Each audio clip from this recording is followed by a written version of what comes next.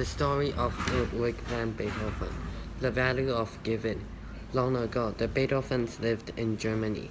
The family liked to sing and play instruments, so when the Beethovens had a son, they want him to be a musician too. Ludwig's grandfather used to take him for a walk. One day, they walked into a church and sat down and waited. Suddenly, the church was filled with a wondrous sound. "What is it?" whispered Ludwig. "The organ," answered his grandfather. Then the rich sound rang out. "And that is your father," said grandfather.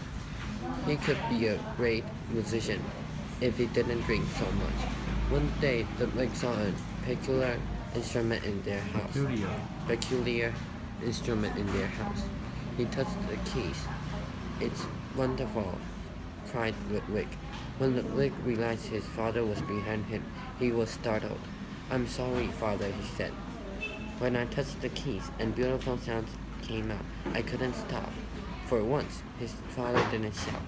"That is a clavier, and I'll teach you to play it," he said. But really he was thinking of a young musician called Mozart. Mozart was a child prodigy and made a lot of money.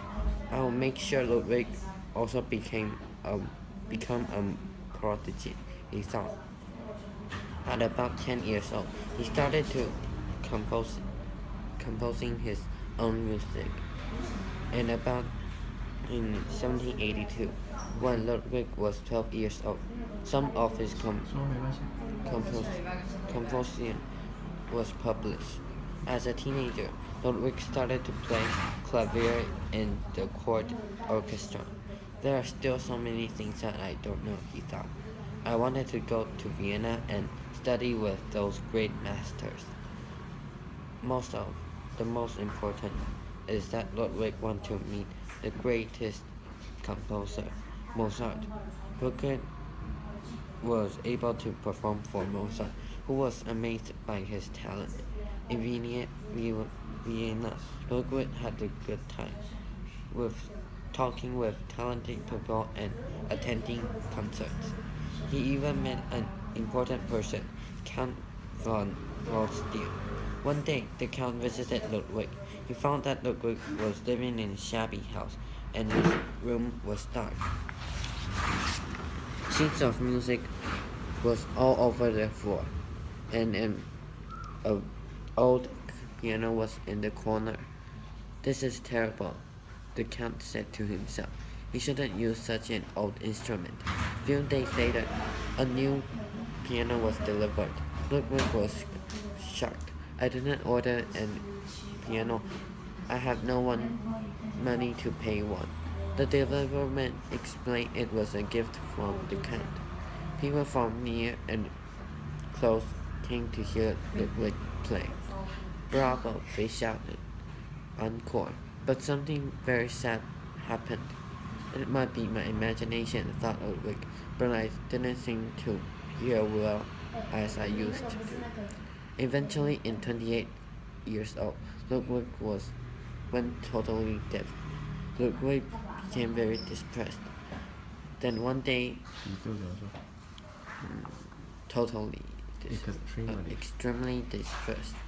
Then one day he realized he could hear music inside his head.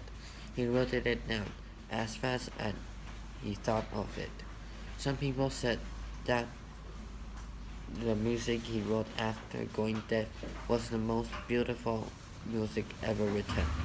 Ludwig also wanted to conduct his Ninth Symphony. When he was standing in front of the orchestra, the musicians was extremely nervous. Their eyes were on him when they started to begin to play. The music was so clear in Ludwig's mind that he could conduct it beautifully. When it was over, Ludwig was still stood in front of the orchestra. Then one musician turned him around to face the audience. Everyone stood up and clapped. Some people cheered and some wept with delight. Smiling, he said, "I wrote this not for you, but for the people who shall come after."